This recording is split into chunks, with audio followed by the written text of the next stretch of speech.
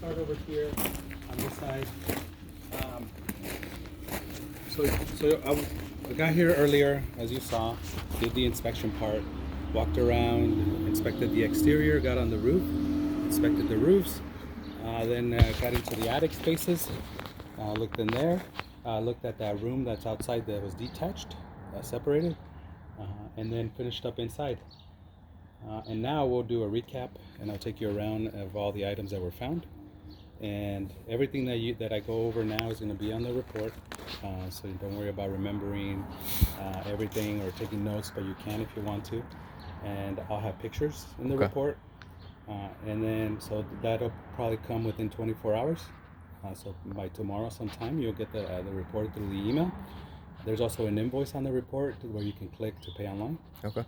So you don't have to pay now either. And as far as the call outs and the defects that were found, you may see a couple recommendations. One may just be for ongoing monitoring, where repairs in the future or maintenance if it needs it, where something is really obviously defective and we would just recommend repairs. So that'll be another one. Or another scenario may be we're recommending further evaluation by a licensed professional for them to determine what's the best way to fix this. And for an example of that would be the roof. I did find multiple defects on the roof where I would recommend further evaluation by a licensed roofer, and we'll go over that once we get to the roof part. Do you have any questions before we start? No. So, I'd like to start on this side here. Right by the sidewalk where that palm tree is the water meter enclosure. Okay. I did look in there before I started the inspection, and the water meter itself was not moving. Everything was in good shape in there. All the connections were visible. There was no issues in there. Then came over here to this side. One of the first items here, or that we look at, is the soil around the property, known as a grading.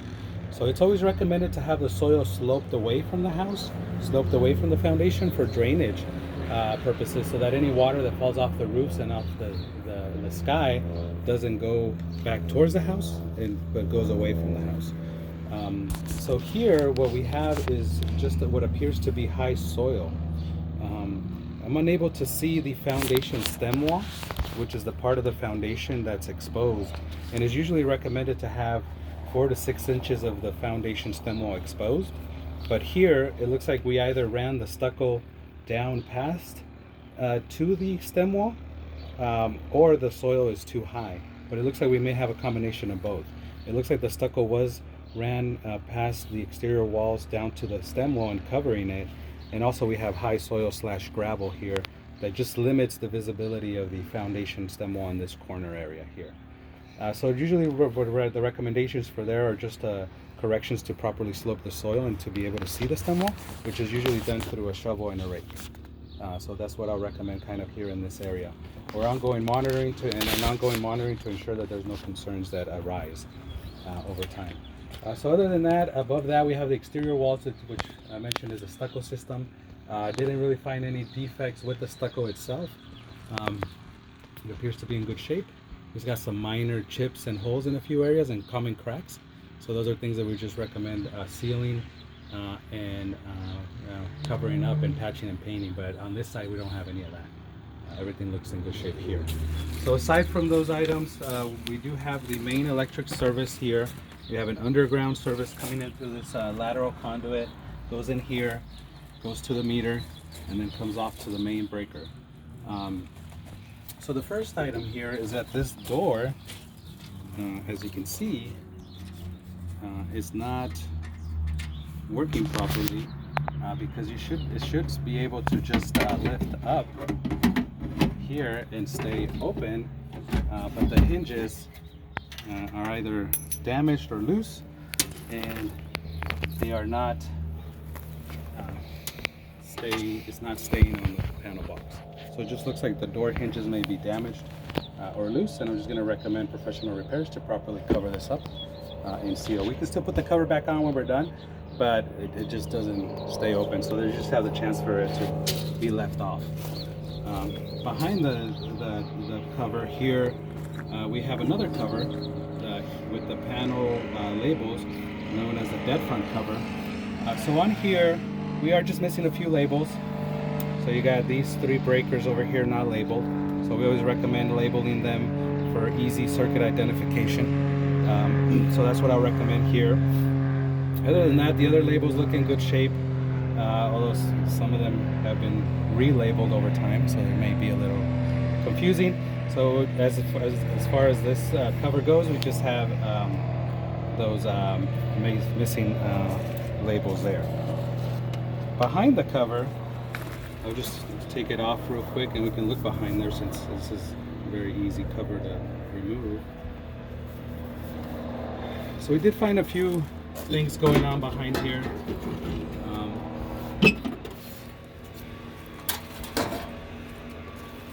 So the first item, well, I guess not in any specific order, but we do have these 2 wires here that are cut or damaged. So you have this neutral and this ground wire here that are just cut or damaged, but they're still connected to the bus bar under the panel there. So usually each circuit will have a live conductor, which is the black wire or red, and then it'll have a neutral, which is usually white, and a ground, which is usually green. But here we only have the neutral and the ground, but I don't know what live or hot conductor this circuit was connected to, or if that connection is still at one of the breakers, and now we don't have a neutral or grounding path back to the panel, which may mean improper wiring. So since we do have just this observation of these cut or damaged wires here, I'm just going to recommend further evaluation by an electrician to determine, that they are indeed abandoned and just need to be removed, or if there's still a circuit that's missing the neutral or the grounding system that may need repairs. So we have that. So that's the one item. The other item here was that all the connections at the breakers, if we look behind here, if you notice, we have this this plastic cover around the wiring, but then you have the exposed copper wiring in there. So when this connection connects to each breaker, you should not be able to see the exposed copper wire. It should really be cut off right where the connection is, and you want to have as little bit of that copper as possible as showing. So these connections just means that we remove too much of the sheathing around there. It's just known as overstripping. So it looks like the multiple breaker connections are just overstripped, improperly exposing the copper wiring. So we definitely want to have that evaluated as well, because that could just lead to arcing or potential maybe electrical trying to jump from one wire to the other if they get close enough to each other. And we kind of see that on both sides. You can just see how they're overstripped at pretty much all the connections. And this breaker appears to be abandoned, so there's nothing connected to it. Hopefully it was the one that was here. So this breaker is abandoned there. And then this breaker down here, the one at the bottom, is in the on position, and the wire is actually not overstripped. It's the only one. It's in good shape. But I followed it, and it looks like it's going here to this white sheathing that then comes down this conduit to this outlet down here. So first we have this sheathing here is excessive inside the panel, so that's known as excessive wire sheathing. If you notice, all the other wires don't have that sheathing, they're just the individual wires. So it's usually not recommended to have that sheathing extend inside the panel more than an inch, so about here. So it looks like we have excessive sheathing, and the sheathing itself is also damaged. And then when we come to this breaker down here, to this outlet that it appears to be connected to that circuit, we're not getting any power. The breaker's on, there's a wire connected to it. If we follow the wire, it goes to this damaged sheathing, and it goes to this outlet that doesn't have power. So there is an issue from here to here that's not letting us have any kind of current or flow to this outlet. And it doesn't have any GFCI protection. Are you familiar with GFCI? So all exterior outlets, kitchen, bathrooms, garage are recommended to have GFCI protection. And we don't have any GFCI here because it doesn't have any reset for the GFCI reset buttons. So just to prevent us from getting shocked. So it just looks like we have no power here, but there is visible damage there on the sheathing. and I'll recommend further evaluation with repairs as needed to ensure proper operation, as well as ensuring that proper GFCI protection is present for electrical safety here on this outlet. And I think that was everything in the panel. So just a couple mysteries and some things to be evaluated and repaired by a licensed electrician is what I'll recommend. And then also off here to the side, we have another box. So this is labeled Energy Management System. So I did look in there, and there are some wires that come in here and are connected to this box, and then they connect to about 2 circuits that look like they were these bigger 220 amp circuits. So this is outside of the scope, which means that we're not really trained on these systems, but it appears to be some type of management, like it says, energy management system. It seems to be something to track electrical use on certain appliances, maybe something that was used in the past when the home was built, and then maybe inside the homeowner had a way of seeing how much electrical usage there was going on to certain appliances, like the washing machine or the dryer or the water heater, and they wanted to track that. But for now, I don't know if this system is still being used or tracked, and I don't know how it would be used or tracked. So I would just also recommend further evaluation by an electrician to determine if there is any kind of maintenance or repairs needed, or appropriate removal as needed or desired by the owner. All right, any questions here? No. No? All right, so we got a couple things going on here on the electric panel to be repaired or evaluated by an electrician. Let's put this cover, and then just a damaged cover. Let's try to put this back on.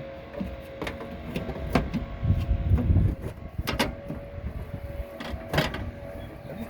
Still close it, and I'll just leave this. Let's see if we can try to screw it on a little so it doesn't get lost.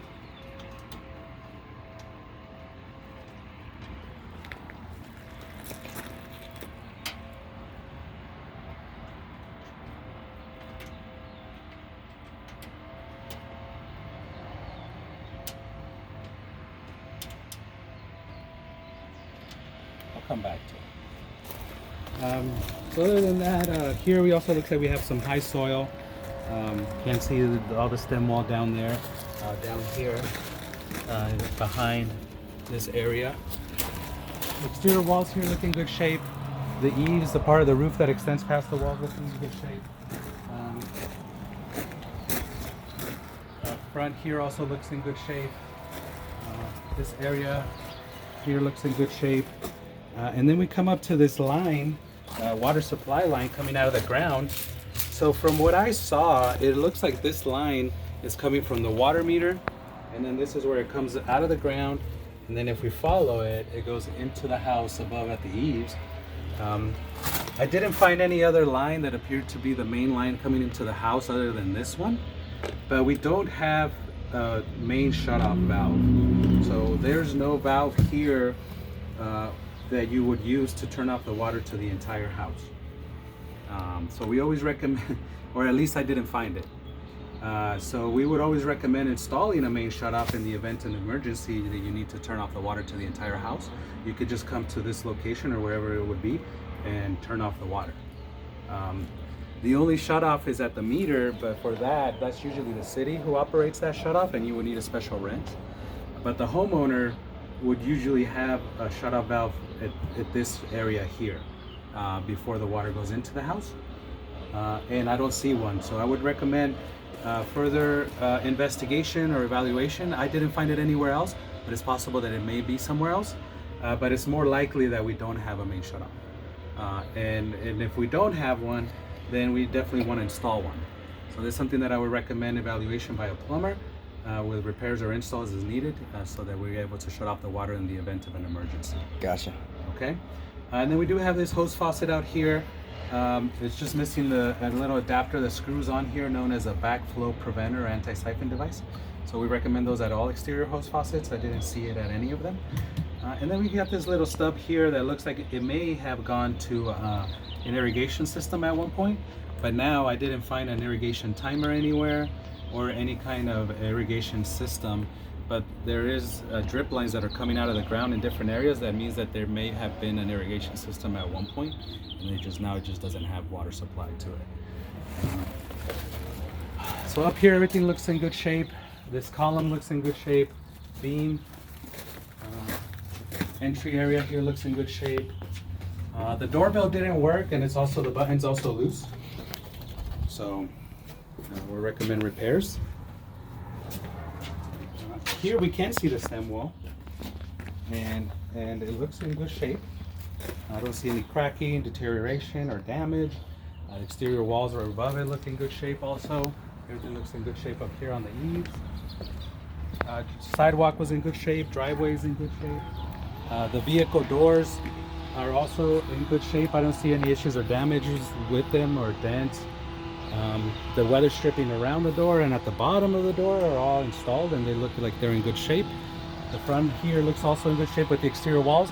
We have this light up there that I didn't find a way to turn it on. So I turned on all the switches inside and all the other lights turned on, but this one didn't. So it may need a new bulb. And if it still doesn't work with the new bulb, then it may just not be working properly. So I would just recommend replacing the bulb and ensuring proper operation at first. But then, if after that, something else may be needed, like replacement. Out here, we got a nice slope away from the house here. It looks in good shape. And again, here now they covered the stem wall with the stucco, but it still looks in good shape.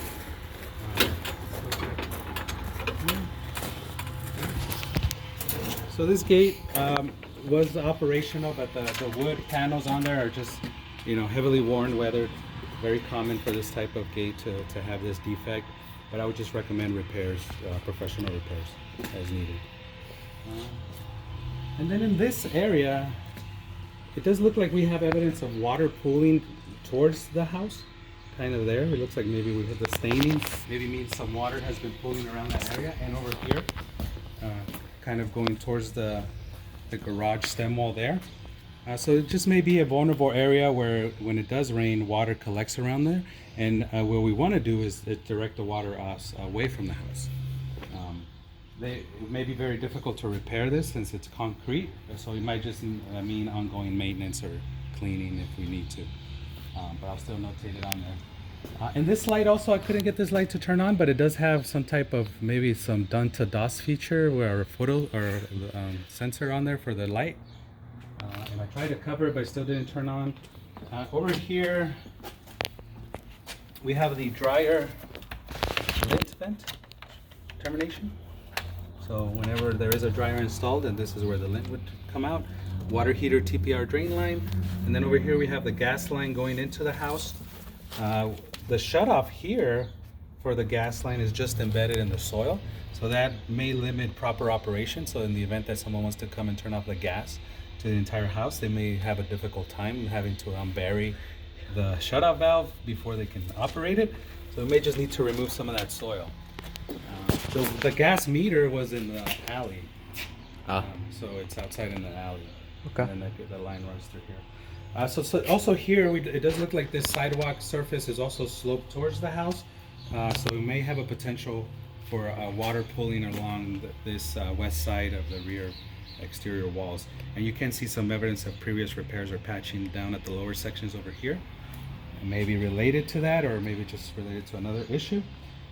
And then it's got a window here, bedroom. The walls up here look in good shape. And then we get to this area where if you look up at the eaves, we see some heavy moisture stains and damage right above this detached structure roof. And then you can also see the same staining on the roof decking here for this structure. So that definitely means that water has been getting in behind the roofing material and working its way down, and that's the area where it's kind of ended up at and collected, and over time has caused staining and damage and deterioration. And I'll show you pictures of the roof, what it looks like above this area, but it pretty much looks very similar to this. So I would definitely recommend evaluation and repairs here by a roofer with ongoing monitoring just to ensure water tightness, And let's look at this structure here too right now since we're here. So they did install this attic access cover, but this definitely it doesn't look like it's the right size. So you're not going to be able to use these stairs to go up on this attic access. I'm not sure why they installed it here, but it looks like it's maybe too long, the stairs. So we'll put this back. Up there in this little attic area, there's not a lot going on. There is some staining up on the top part of the attic access, just like we see the staining outside on the decking. And then in here, the floors were in good shape, the walls were in good shape, the window worked just fine. It just looks like maybe they're not finished with the trim around the window, and maybe it needs some more finishing material and or painting just to kind of finish it up. So maybe just evidence of ongoing in progress repairs. And then you got this kind of wall unit here with a lot of this just foam gap filler here. I would say it's excessive, but I mean it's just foam. And I didn't run this earlier because it wasn't warm enough, but let's see if we're at 65 degrees. We have to be above 65 degrees, so we may be there. So we're at around 62, so I think we'll come back and run it in a little bit, so we can continue with this area. So the roof on this detached structure is also heavily worn. You can see some buckling right there of the rolled roofing, right at where it meets with the eaves on the other roof. So that material is the rolled roofing material, and you can see how it's just lifting, and then the corner there, and it's actually attached with nails, exposed nails, which is improper. So that material is supposed to stick to the roof decking, and that's how it's installed. But here they installed it with nails, and it's not stuck to the roof at all. And then we get areas like that where it's lifting and buckling, and it's not going to help direct water off the roof. But that's why we have a staining underneath. And then you got these vents here, but I didn't see them on the inside. So I think at one point they had these vents for something inside, but now they just covered up the inside but left them on outside. So it may just be abandoned. Maybe back here. And then also this window on the outside looks like it used to be a door. And then they just covered it up and put a window. Okay. So then on this area, if you look up at the eaves, it looks like we're maybe due for some paint. They're more, so the ones at the front were actually painted, they looked a little better, but back here they're more worn and weathered, and then it looks like we may need some maintenance or painting just for proper UV protection and prolonged material lifespan.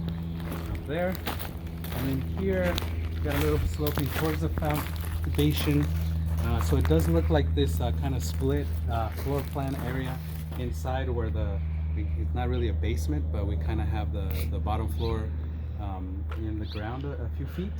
I was able to find evidence that area is block construction, pretty much up to where the windows are, and then from there they began wood framing, possibly. And then you got a repair around that window. It looks like maybe unprofessional repair around that corners there. It's got some, maybe not the best workmanship, but you can tell there's been evidence of a previous patch or repair around that window in the master shower. You got the sewer cleanouts here, so it looks like everything that goes down the drains will go through these cleanouts out to the sewer. And then there's another one here that was probably for this half bath that's in this patio enclosed area.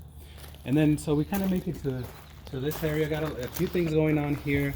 So this definitely looks like it was a patio that was enclosed, so it used to be open. Probably has a beam that runs across and then a column at the end, maybe had multiple columns, but then someone just came in and built a wall in that area and closed it in. But now we have the exterior walls in contact with the soil, It doesn't really look like there is any stem wall. It was probably just a patio slab that they built it on. So there's just the potential for moisture related issues at the lower sections of the walls here, because we just have it's most likely wood framing, and then the bottom part of the wood framing is not going to be in contact with the soil, and you have a potential for moisture or termites issues there. Then the stucco on there also just looks like, you know, a little different texture than the rest of the house, but it looks in good shape. I don't see any large cracks or openings. We do have just a random, I would say unidentified drain line. And it's open, and it's just open. I don't know where it goes to, where it's connected to, or maybe they were planning to put a sink out here. It's possible that these little stubs here are hot and cold water, and then this connects to the drain line inside in the bathroom to possibly put a sink, but as of now they're unidentified. I really don't know what they're for. And then you also have just this random line up here as well that's also unidentified, which may be for water also, or maybe gas. It doesn't really look like it's a gas line, but we just have I would say the plastic drain line, possibly those two stubs in this line that are unidentified as of now. And then in here, up in this little enclosure, we just have also an unidentified shut-off valve, which may be connecting to this area here.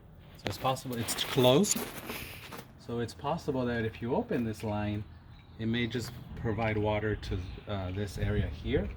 But as of now, it's unidentified. So we may just need to ask the sellers if they know what this is for. Not very likely that this is going to be the main shutoff because it's closed and there's still water inside the house, but it's just unidentified. And up here, if you can kind of see at the little flap that's the little vent that's flapping. So that's actually the exhaust fan for the bathroom here that we have in this enclosure. Okay.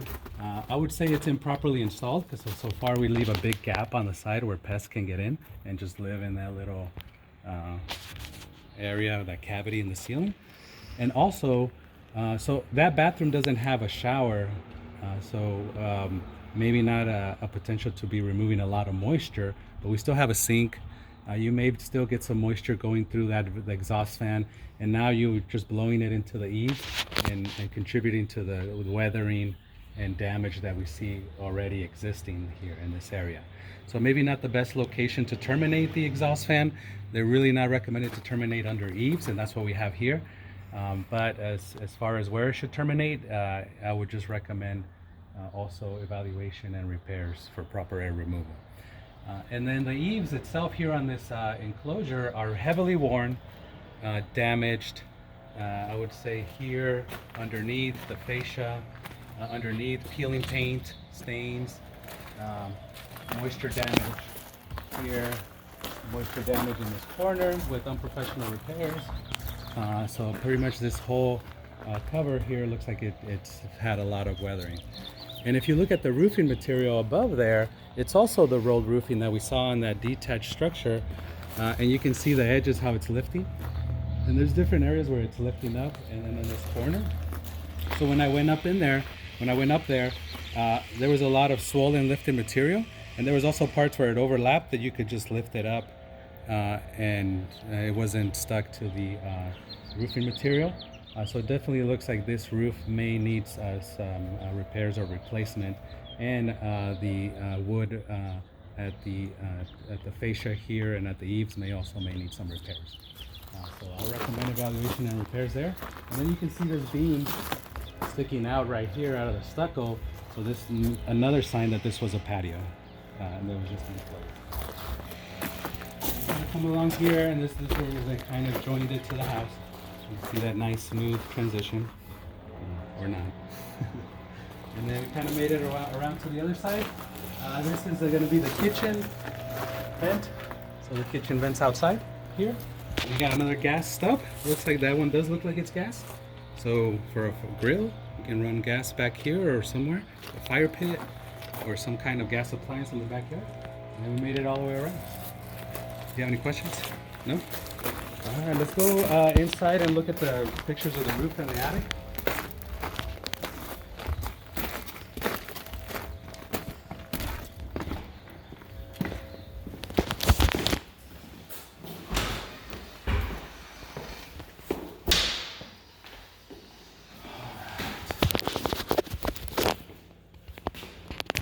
Roof. We have three different types of roofs. So you have the rolled roofing material that's over that detached structure, and then we have rolled roofing material in the rear patio, and then those two roofs, I would say, are definitely heavily worn and weathered, and maybe unprofessionally installed. So this is the rolled roofing at the patio. You can see the buckling here on this edge. So moisture could just really work its way behind there and get down to the wood decking and cause damage. It's also looks like they put a coating over it, some type of sealant or rubber paint, possibly elastomerit over that. So it looks like this rolled roofing material got worn and weathered, and then instead of replacing it, we just covered it with the coating. But now that coating is also faded, and there's also at the area where it connects to the wall for the exterior, we don't have any visible flashing, so there should be a piece of metal that separates the wall from the roof there that help direct water away from that corner area, and we don't have any of it, or it doesn't look visible, or we can't see it. But there's also a lot of evidence of repairs and sealing at that area there, at that corner with the roof and the wall transition and the rolled roofing. And then there was areas of overlap that you could just lift up, and they weren't really installed properly. And then the rolled roofing at that structure over there that's detached also has a lot of evidence of swollen lifted material, as we can see there. And it's also improperly installed with all these exposed nails. You can kind of see there. So it was actually nailed in place. And this type of material is not recommended to have nails on there. So to just all the nails that are exposed and all those penetrations, and it's just an area where water could work its way into it. But it also just says that it may have been installed unprofessionally. And then we also have signs of water pooling over there at the edge, and we saw staining on the inside, so there is evidence of leakage already. And then on the corner where it kind of close to the regular roof, you see a lot of buckling of the material or lifting of the material there, which we saw from the ground. So I think both of those roofs are most likely near the end of their lifespan and will more likely need to be replaced soon. Both of those roofs, meaning? The rolled roofing on the rear patio enclosure area here, and that detached structure outside. Gotcha. On the main roof, we had two different types of materials on the main roof. So on the main roof, we have concrete tiles. So that's kind of the majority of the material for the main roof. I did just find areas that were in need of maintenance. So you have some cracked mud ball joints, or these caps there on the corners or on the ridges that need to be repaired. And there was also cracked tiles, so that we got 2 cracked tiles there above the garage. Also above the garage, there's some tiles that look like they're not properly installed. They're kind of going zigzagging to one to this way and one the other way, so it just doesn't look like they're properly installed, and kind of they probably leave gaps where water could work its way in. This is also at the garage roof, so around the flue vent for the water heater, there's just gaps around the flashing there where water could also get in and cause damage. And then we have displaced tiles, so tiles that are just kind of slid off and need to be, and then we have cracked tiles that are damaged and improperly exposing the underlayment. The chimney cap looks in good shape. I didn't find any issues, so this was just to show you how it looks up there, but everything, it has the rain cap, spark arrestor, it's sealed up. The chimney cap doesn't look deteriorated. It's in good shape. And then we got more cracked mud ball joints up there. So the main roof really looks like it just needs maintenance. So we may need to replace the damaged tiles and repair the mud ball joints, and that should be in good shape. So just maintenance on the main roof. Underneath the tiles, I couldn't get a picture of it just because these type of tiles you can't lift up a lot to put the camera in there and take pictures. But I was looking for the parts of the underlayment that overlap, and those were still nice and flat. So I didn't. If that underlayment was old, it would be curling and cupping or cracking or deteriorated. But based on what I found on the main roof, I would still recommend a roofer come out and do repairs, and they may find additional items they might recommend. But as far as I saw, it looks like it may be some roof maintenance. But I would still recommend a roofer come out and evaluate the main roof as well, just to see if they find anything else. Since we're already recommending someone look at the other roofs. And then on the main roof as well, where the AC equipment is, we have asphalt shingles.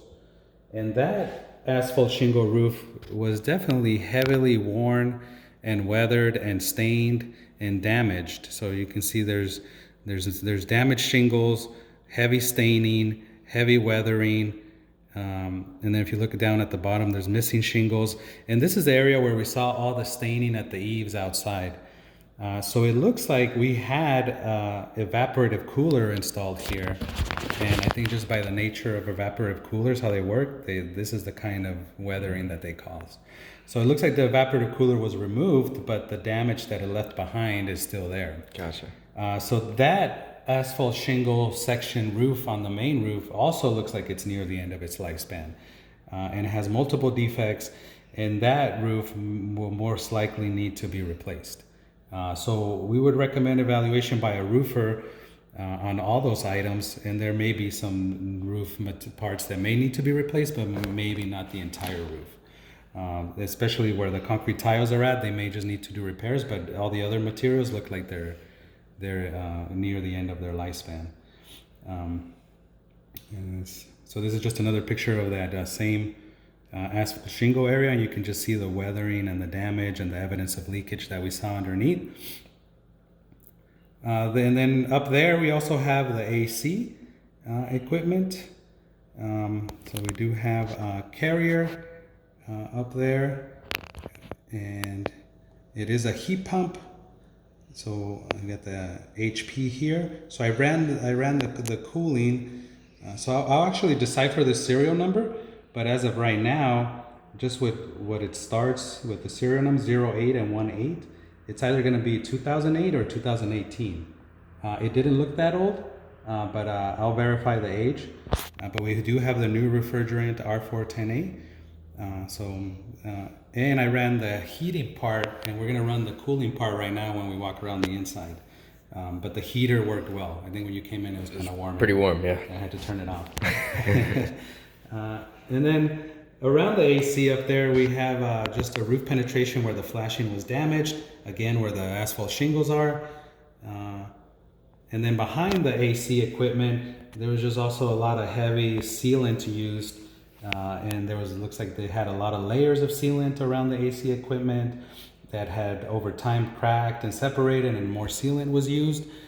So also where the asphalt shingle area was. So pretty much that whole area where the asphalt shingles are, it has a lot of defects. And they include the roofing material and the penetrations and the flashing. Inside the attic, so there was only 2 attic accesses for the main house. So there was the attic access in the garage, and that's the one we're going to look at first. And then there's an attic access up on the main roof on the second story.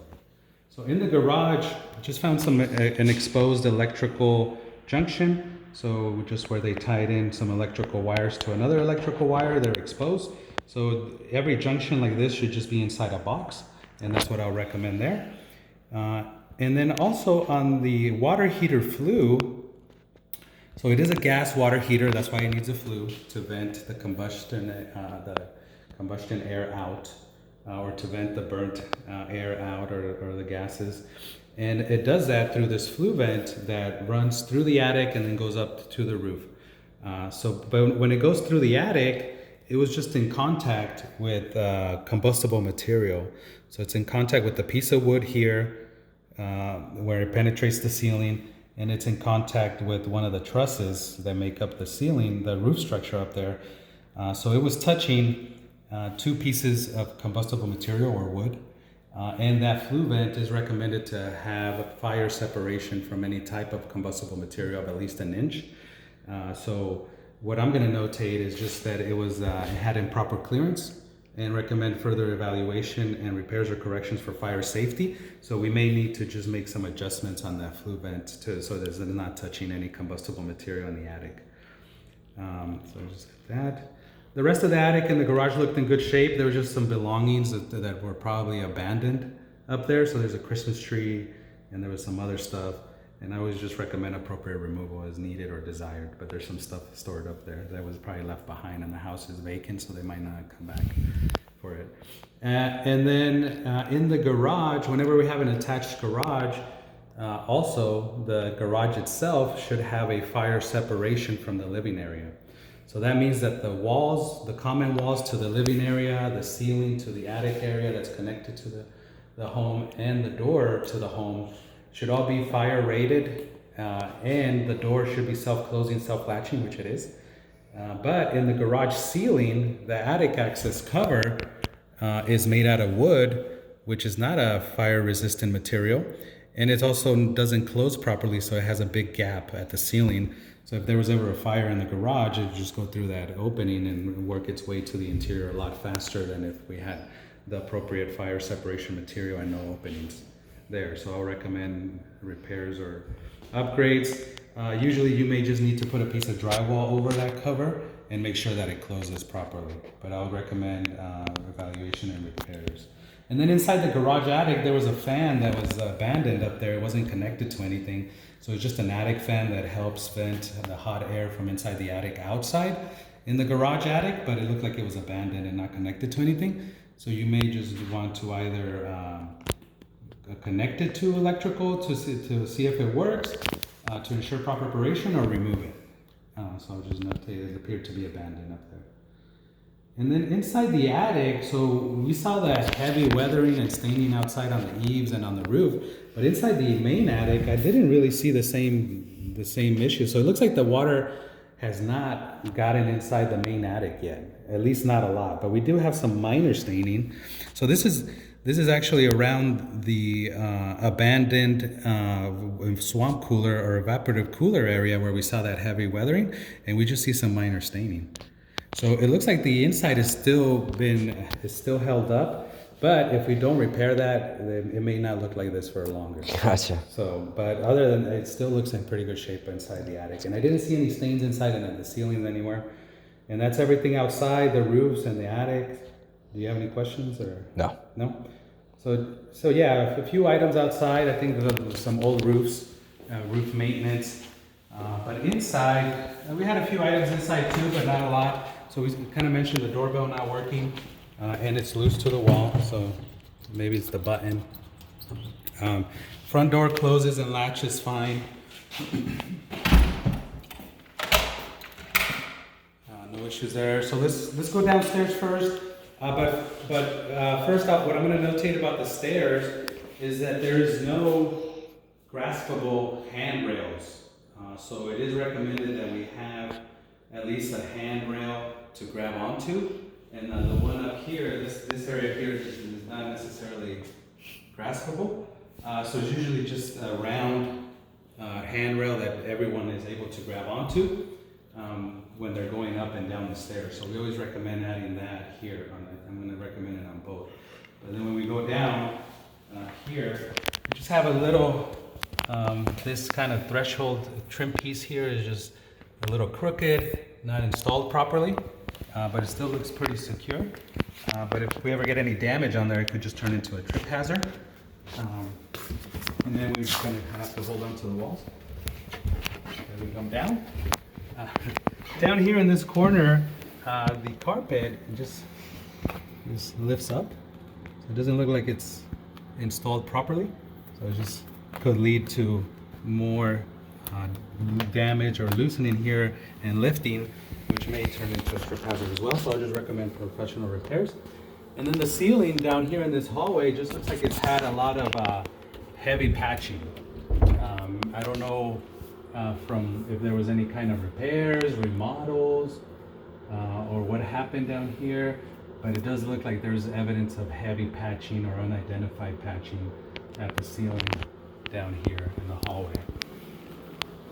And then this bedroom, first bedroom that we come onto, this door is just missing the latch hardware there. So we need to install it to be able to close the door here.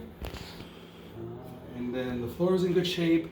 And then if we look up above the door, that looks like, so that's actually the supply register for this room for the heating and cooling. Oh, okay. But it does appear to be undersized, I would say. So it looks pretty small. That actually looks like and then this cover looks like the cover that we saw for the dryer lint vent. So that may also be just maybe an unprofessional install.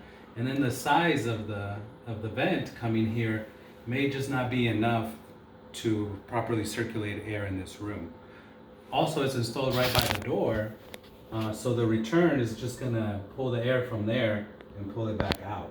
So this room here may just not get the proper air circulation when you're running the AC and the heater, just because that supply register looks really small, and the location of it right next to the door may just limit the proper air circulation in this room. So I would just recommend further evaluation by an HVAC professional, and then they may recommend some type of upgrade or corrections to ensure that this room doesn't get all like uncomfortable when you're running the AC and the heater. But other than that, the floor here is in good shape. You got kind of the same carpet on the corners. Some of it is a little loose, but you can tell it's kind of just lifting up. So we may need to have someone just come back and properly stretch and secure that. And then on the windows, so the windows themselves appear to be working fine, but their operation is limited because of these window blinds. So the window blinds were actually installed, I would say, really close to the window. This one is actually one of the better ones, but when we look at the other ones, when you open this, it just kind of hits the hardware for the window blinds on top. And these window blinds don't let the windows freely open and slide, it's limiting the operation. And it could just be an issue for egress. So if anyone ever needs to get out quickly and open these windows, these blinds may get in the way. So I'll show you that in the other windows. So we may need to do some repairs or corrections there. And then again, some more patching here. So it just looks like maybe we had some remodeling done in here. Room additions or new partition walls installed. It may be a good idea to just ensure proper permits were used if there was any kind of remodeling, but I'm just going to notate it as heavy unidentified patching here on the walls. But this looks like it may have had a wall here or something. So in here, this is one of the windows. I think that was one of the hardest ones. But if you look up here, when you open this window, it hits right there on the kind of the hardware for this window blind. So it looks like these window blinds were just installed really close and properly. And we have plenty of space. We just maybe need to move them out a little. And that should free up the windows to be able to open and close better. And same deal with this window. So that's why I left the blinds up. So I'll notate just multiple window blinds and notate the locations, but it was mostly the bedrooms down here in this floor. So all three bedrooms had that issue with the windows. So the windows still work fine. They open, close, they lock, but I couldn't freely open them all the way and close them because of the blinds. Everything in here was... So really quick, you can open the windows, the blinds are just a little bit in the way. Yes. Okay. And then you kind of have to move, I had to move the blinds a little bit with my hand. Gotcha. To be able to open them and close them. But if you don't do that, they don't open all of them. Okay, I gotcha. Yep. So then down here, everything was in good shape down here. No leaks down here, but just again some more patching back there. Looks like some work was done here.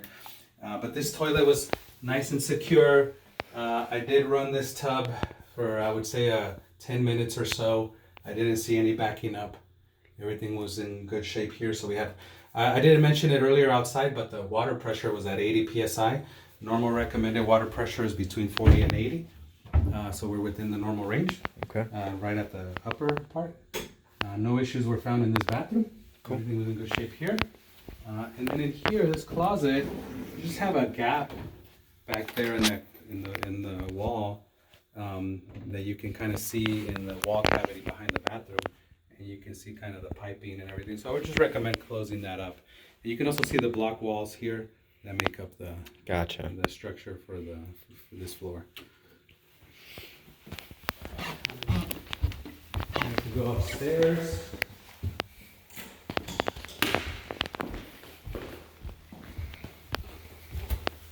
Up here, I'm gonna run the AC now that it's a little warmer outside, and we'll let it run while we walk around here.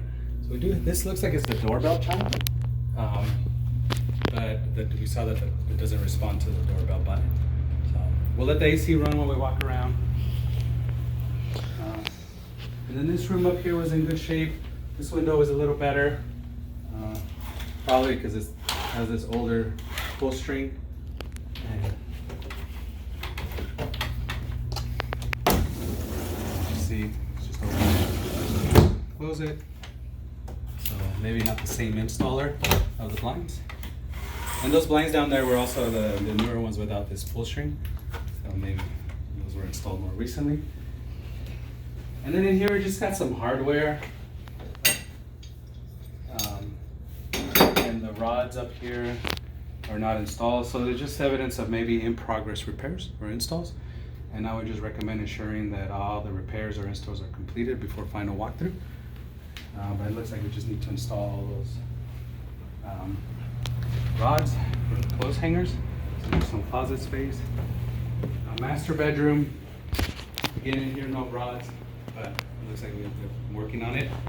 This window is also okay. Let me, I think, but usually, yeah, this one also in the way.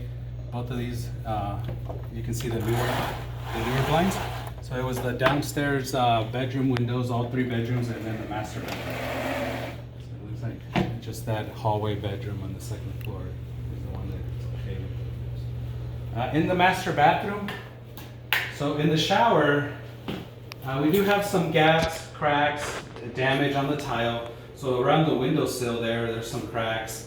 On the top of the windowsill, on the side, there's a crack in that corner over there, and then there's like a missing pebble or rock down there. So I would just recommend repairs and sealing to prevent any kind of, to ensure water tightness of the enclosure. But I just found some common cracks in here that should be sealed up. Up above, the ceiling lights are loose to the ceiling, so they are kind of loose. So they don't want any moisture to get in there and cause any issues. Other than that, everything else was in good shape here, so I'll recommend repairing this. That one has a minor gap, but it's not loose, but this one is really loose. Shower head, so you got this one here, works fine. Hot and cold were okay. I also ran this for about 10 minutes on both of them. And then the rain shower, the one at the ceiling, just also works fine. It's got some minor kind of sporadic spray, but I think it's just the little heads are locked or dirty. But we're getting hot water and cold water everywhere. So I think just properly sealing around here is what I will be recommending. No issues other than that. And then here also just gonna recommend sealing at the counter and wall area there. Just got the gap back there, and they just use like this little trim piece. And then the finish here, we just got some minor damage right there near the handle. And then down here didn't have any leaks, no issues. But on the bathroom cabinets up here, you just see a lot of rusting on the hinges. So just kind of some weathering. They still open and close fine, but you do have some rusting on there. So just recommend repairs or replacement as needed or desired on those rusted hinges. And then this toilet toilet is really loose to the floor. It may not even be secure, but I'll recommend repairs to properly secure to the floor to prevent any water seepage that could cause damage. So there you go. It's kind of loose, but big room in there.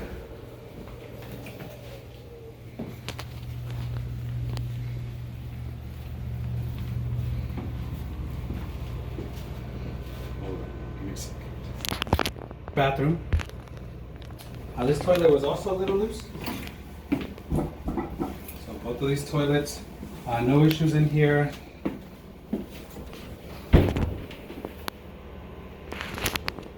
So everything in here is okay, just another loose toilet. Down here, I didn't have any leaks down here at the drain line. Everything looks in good shape in here. Let's go down to the main floor, and the AC is feeling cool already. We'll check the temperature splits. Dining room area, everything was in good shape here. Let's go into this enclosed patio area. So this door is just kind of close the door to the outside. That's kind of difficult. So in here, this bathroom, we kind of talked a little bit about GFCI outside. So it's to prevent us from getting shocked. And the bathrooms that we looked at all had GFCI. Everything was okay there. But this one here doesn't reset. So this outlet is a GFCI protected outlet, and it was actually like that, and it just looks like it's maybe tripped and it doesn't reset. So there's no power here on this outlet. So it may just be that the GFCI feature is not working properly. And then this sink here doesn't have water, but it's because the shutoffs were off. And I was brave enough to operate them and they didn't leak, so thank God. But now they're closed, how they were. But when I did open them to operate it, this we see leaking here at the drain line. So it's wet. So this drain line leaks in this little sink. So but the water does work? It does work, it's just the shutoffs are turned off. Okay. And I just turned them back off because they were off when I did the inspection. And then this door is just difficult to operate. It rubs on top. So this is the door to the outside. You gotta kind of lift it up. And then in here, the floor is okay. Windows are fine. Ceilings just got some maybe stains, maybe some potential stains. We saw this roof here is worn, and we saw the weathering outside. But we got some potential stains here and here that may be related to the roof leaking possibly. And then these two outlets are loose to the wall. So this one doesn't have a cover, and this one's loose to the wall. And they're also testing with the fault, and it says that they have an open neutral. So it's possible that they're not wired correctly, or they may be even connected to that GFCI we said, and since there's no power on there, it's causing these to test in a different way. But I'll still notate it as just kind of appear to be wired incorrectly, and recommend evaluation by electrician. So here in the kitchen, this sink, the dishwasher didn't drain, so it still has water. I ran it through a cycle earlier and it didn't drain, so I gave it another chance. I hit the drain button again and it looks like it still didn't drain. So it looks like the dishwasher doesn't drain completely. But in here, and then this faucet is loose. The sink faucet is loose. And this window, I couldn't operate this window. Looks like it's kind of stuck. Something's wedged in the corner there, maybe paint, and I couldn't open it. And then down here, there was no issues. Everything looked good down here though. So we just got that. We do have GFCI here, but it's only for this side of the counter. But we don't have GFCI over here on this side of the counter. So we just recommend that all kitchen countertop outlets are GFCI protected. This was okay. This was okay. And then this little remote just looks like it's for the lights underneath. But I couldn't get the lights on this side to turn on. So they might have a different remote. And then sometimes it's a little, oh, you gotta press off. Press off.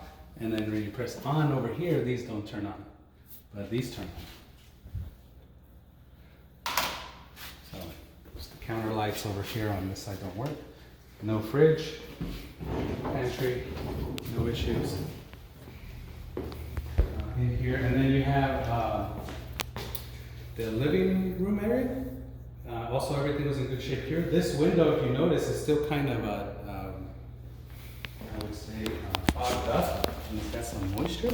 So it looks like we have a compromised seal. It's been like that since we arrived in the morning, and it hasn't gone away. So it looks like that condensation or that moisture is in between the panes.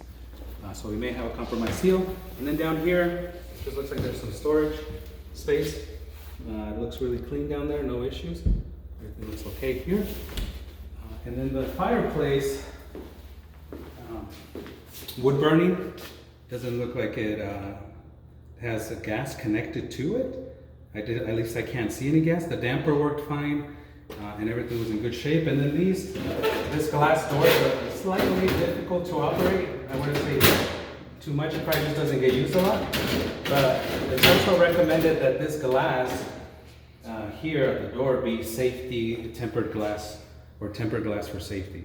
And I don't see a stamp on there. So it's possible that it is, but I just can't verify it. So that's the only thing I'll notate here in the fireplace. And then I think that's everything around here. Let me check that. I think that, we have a garage. So this door is self-closing, self-latching. Closes, latches. In here, we talked about this. But other than that, the walls and the floor here are in good shape. Both of the vehicle doors open and closed.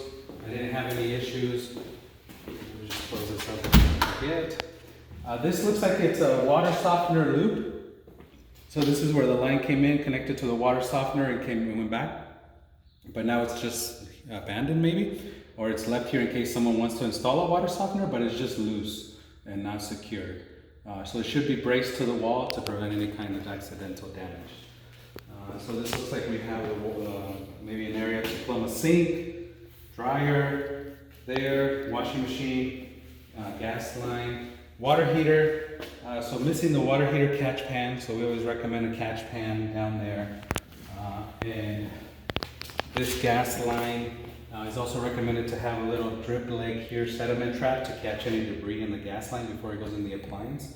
So we'll recommend adding those, catch pan, sediment trap. This is the flue vent that we talked about in the attic where it touches combustible material. And up here, so it does look like we may have a leak up there, and I'll show you just a picture. So the connection there for the hot water is just really corroded. You can see there, so it looks like it's leaking. So recommend repairs there. It's also kinked at the top, so it's that may limit the water flow. And then this draft hood, so this metal cover on the connecting to the flue, is just not secure. So usually right here is where there would be a screw connecting it to the water heater, and we're missing that. And it's also not secured to the flue itself.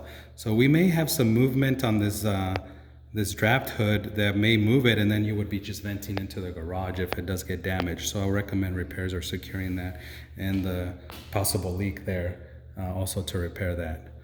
And I think that's it. I think we made it all the way around. Do you have any? All good? Yep, that's it. Okay. If clients have any questions, could they give you or Keith a call? Yes. Okay. Yep. I'll give you my card. My number will be on the report. So if there are any questions, just send me a text or call, and should be.